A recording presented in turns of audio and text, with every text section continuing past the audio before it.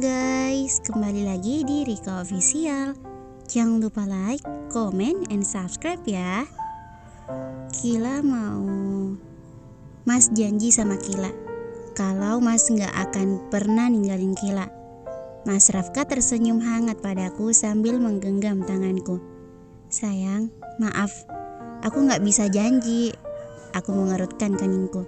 Kedua bola mataku sudah berkaca-kaca. Apa Mas Rafka berniat akan meninggalkanku? Gak bisa janji, bukan berarti aku akan ninggalin kamu. Terus, aku gak bisa janji untuk gak akan ninggalin kamu. Karena bisa saja hari ini kita bersama tapi besok gak ada yang tahu. Bisa saja besok kita dipisahkan oleh Allah. Tapi aku akan berusaha untuk selalu ada. Aku akan berusaha untuk gak akan ninggalin kamu.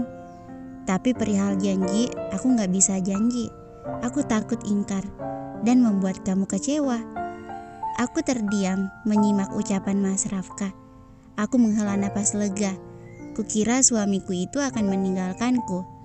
Kila percaya gak bahwa di setiap pertemuan pasti ada perpisahan? Aku mengangguk cepat. Percaya Kila pernah bertemu dengan seseorang karena pendidikan dan dipisahkan karena masa depan. Mas Rafka mengulas senyuman. Nah itu, jadi aku juga kayak gitu. Kita dipertemukan karena perjodohan. Dan bisa aja nantinya kita dipisahkan karena kematian. Mas, aku menggeleng. Tidak suka dengan ucapannya. Sayang, suatu saat nanti kita pasti akan berpisah. Aku tahu. Aku atau kamu pasti saling meninggalkan. Bukan karena sudah tidak cinta, tetapi karena Allah yang meminta. Karena Allah yang lebih cinta. Mas Rafka menangkup kedua pipiku. Kamu hanya perlu percaya bahwa aku gak akan pernah ninggalin kamu kecuali Allah yang meminta. Aku memegang kedua tangan Mas Rafka sambil mengulas senyuman. Amin. Kila harap kematian hanya memisahkan kita saat di dunia, tidak dengan di akhirat. Semoga kelak kita dipertemukan kembali di surganya. Amin. Paling serius, ujarnya seraya terkekeh. Bimbing Kila Mas, bimbing Kila menjadi istri yang salihah. Tegur Kila jika Kila salah, bimbing Kila hingga bisa meraih surganya. Mas Rafka mengusap kepalaku lalu meraih tanganku dan menggenggamnya. Insya Allah, kita sama-sama berjuang ya. Aku mengangguk sambil tersenyum. Mas Rafka tersenyum. Tiba-tiba saja, ia mengangkat tanganku dan mencium punggung tanganku itu. Ia berhasil membuatku tersenyum lebar. Mas Rafka terkekeh kecil. Nggak tahu kenapa, akhir-akhir ini aku suka banget cium kamu. Jangan cuma suka nyium, sesekali suka ngasih duit juga dong. Ucapanku membuat Mas Rafka cengok. Melihat itu, aku sontak tertawa. Mas Rafka mencubit pipiku lalu menciumnya berkali-kali. Uang yang aku kasih kurang. Aku mengangguk bohong. Mana mungkin kurang, Mas Rafka memberikan aku uang senilai 5 juta per bulan. Bagiku itu sudah sangat cukup. Apalagi aku tidak terlalu suka belanja. Barang-barang selain barang dapur. Astagfirullah, kok kamu gak bilang sih? Mas Rafka langsung beranjak dari duduknya, lalu melangkah menuju lemari. Ekor mataku mengikuti kemana suamiku itu melangkah. Mas, mau ambil apa? Tanyaku saat melihat Mas Rafka membuka lemari dan mengambil sesuatu dari dalam sana. Mas Rafka kembali duduk di hadapanku, lalu menyerahkan benda kecil berbentuk persegi panjang itu padaku. Kartu kredit untuk kamu. Kamu bisa belanja sepuasnya. Nggak usah Mas, tolakku. Kenapa? Kartu kredit ini udah aku siapkan jauh-jauh hari untuk kamu. Tapi baru sempat aku kasih sekarang. Ini, ambil. Mas Rafka menyodorkan kartu kredit itu padaku. Ambil sayang. Nggak usah Mas, astagfirullah. Kila cuma bercanda. Uang yang Mas kasih cukup kok, masih sisa banyak juga. Memang benar adanya, uang yang diberikan Mas Rafka setiap bulannya masih tersisa banyak. Sejak awal menikah, Mas Rafka selalu memberikan aku uang belanja bulanan. Walaupun dulu suamiku itu jahat padaku, tetapi ia tetap melakukan kewajibannya sebagai seorang suami. Tadi Kila bohong, bercanda. Aku menyengir tak enak hati. Mas Rafka menggeleng sambil tersenyum. Tangannya mencubit gemas pipiku. Nakal ya. Aku terkekeh kecil. Maaf sayang, tapi Kila serius loh. Gak usah dikasih kartu kredit. Enggak, tetap aku kasih. Ini punya kamu. Ini hak kamu. Dengan kartu ini, kamu bisa beli apapun yang kamu mau. Beli baju, tas, sepatu atau apapun itu. Ayo ambil. Aku menggeleng. Gak usah sayang, lagian aku gak kepingin beli apa-apa kok. Ambil, mungkin aja nanti kamu butuh. Ambil cantik.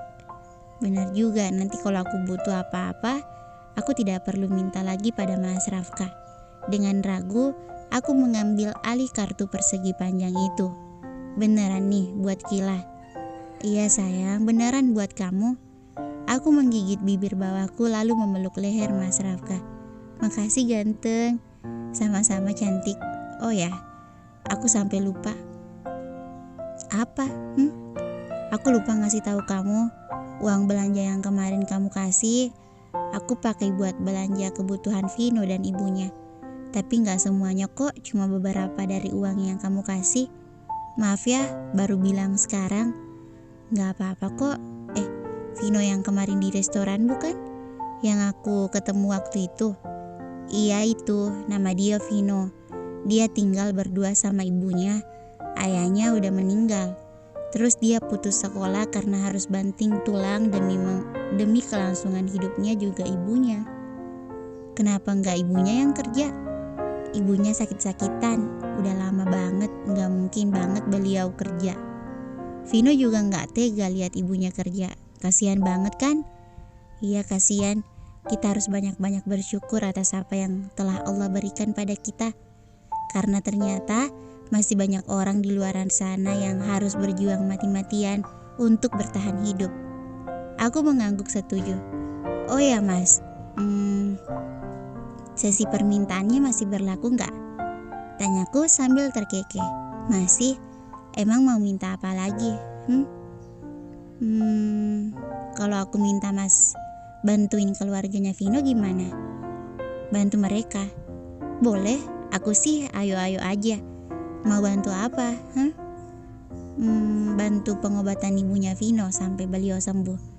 Terus nyekolahin Vino sampai dia lulus. Dia masih kecil, jalannya masih panjang. Dia anak baik, dia harus sekolah.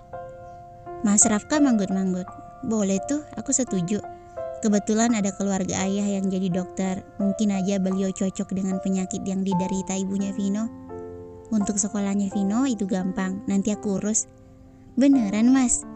Mas Rafka mengangguk cepat. Beneran dong, peluk dulu sini. Aku mengangguk lalu menghambur ke dalam pelukan Mas Rafka. Makasih suamiku. Sama-sama istriku. Aku melepas pelukan Mas Rafka. Kalau Vino tahu pasti dia senang banget. Amin. Mau minta apa lagi nih? Boleh lagi? Boleh, kenapa enggak? Kamu minta 1000 kali aku turuti. Asal itu bisa buat kamu bahagia. Makasih suami. Mas Rafka terkekeh. Iya sama-sama. Jadi mau minta apa? Bentar, Gila pilih dulu. Aku memutar bola mataku sambil mengetuk-ngetuk daguku. Sebenarnya aku memiliki banyak sekali permintaan yang ingin aku minta dari sumber kebahagiaan di hadapanku ini. Tetapi aku juga sadar diri tidak mungkin aku meminta semuanya. Nanti kelihatan sekali kalau aku istri yang tidak tahu diri. Banyak ya, sampai harus pilih dulu. Aku menyengir lebar, melihat Mas Rafka terkekeh sambil geleng-geleng kepala. Iya, tapi kamu tenang aja, aku mintanya yang penting-penting aja kok. Nggak penting juga nggak apa-apa, minta aja. Mau apa? Aha, Kila udah tahu mau minta apa.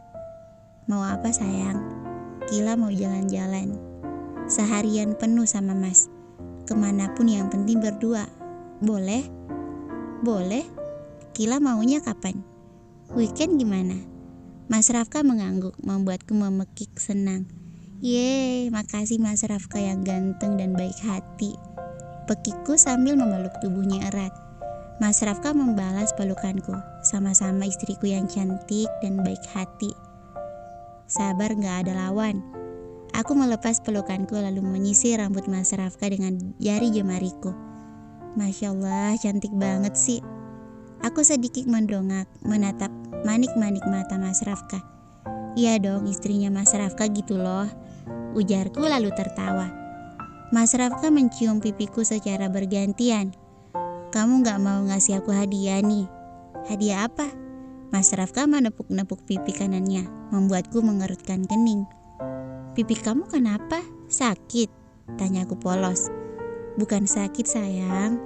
Terus? Cium. Modus, cibirku. Biarin, toh juga aku modusnya sama istri sendiri.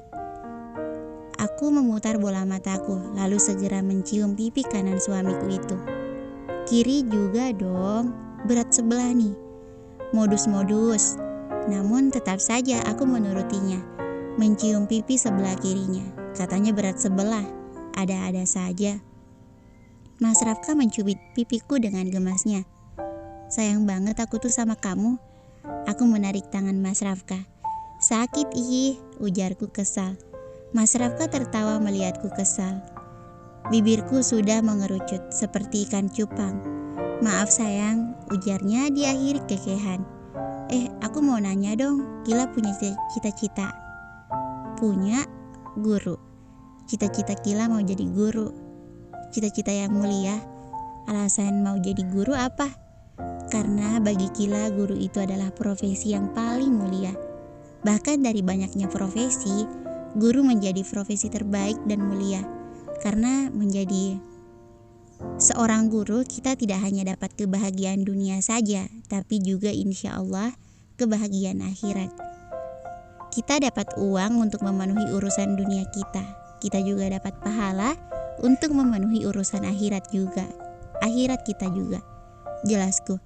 Sedari SMP, aku sudah memiliki pemikiran seperti itu.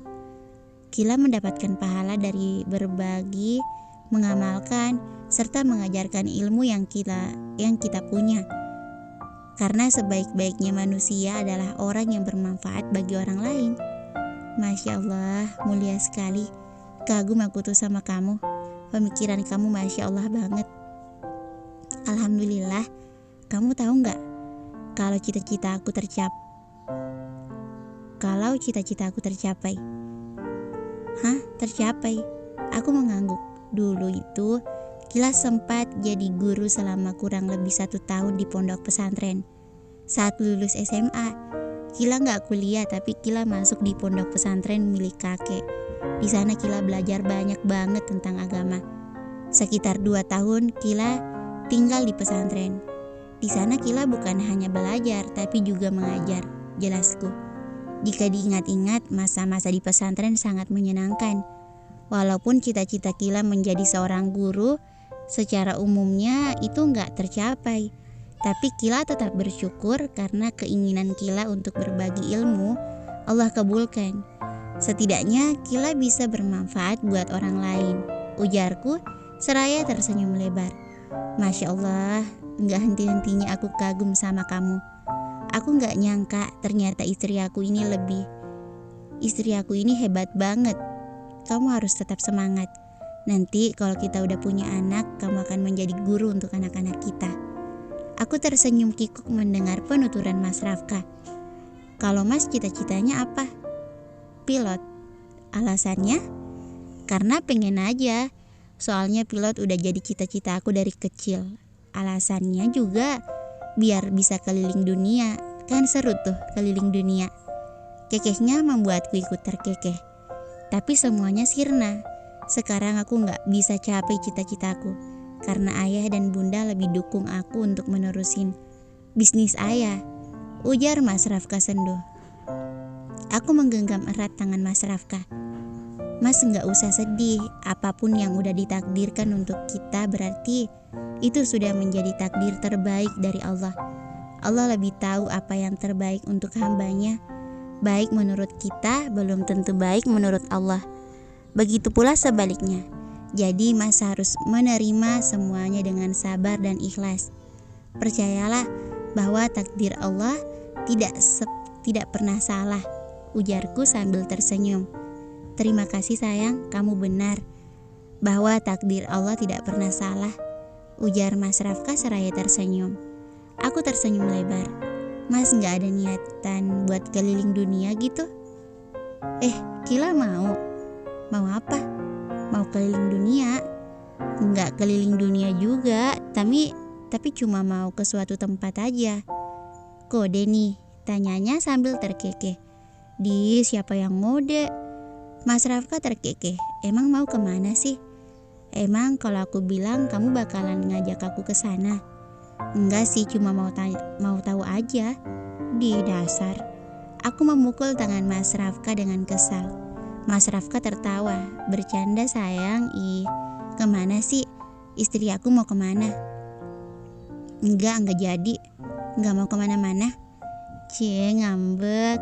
Tadi aku bercanda. Emang Kila mau kemana sih? Janji deh, kalau bilang pasti aku ajak ke sana. Halah, bohong pasti. Beneran, gak bohong. Beneran ya?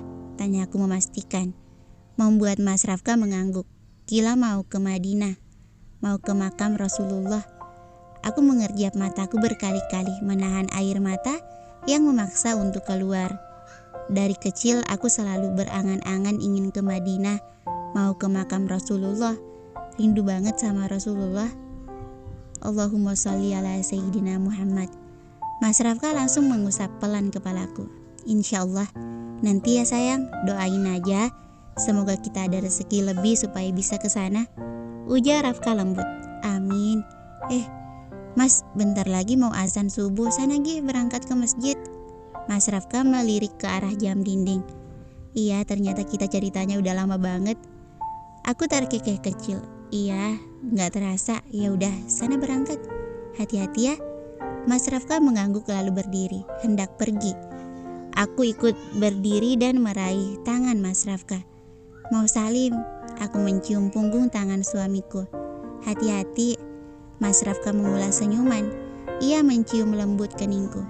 Aku berangkat. Assalamualaikum. Waalaikumsalam. Sepeninggalan Mas Rafka, aku langsung menuju kamar mandi untuk mengambil air wudhu, lalu melaksanakan sholat subuh. Setelah sholat, aku melanjutkan dengan zikir dan membaca Al-Quran. Bersambung. Thank you for watching.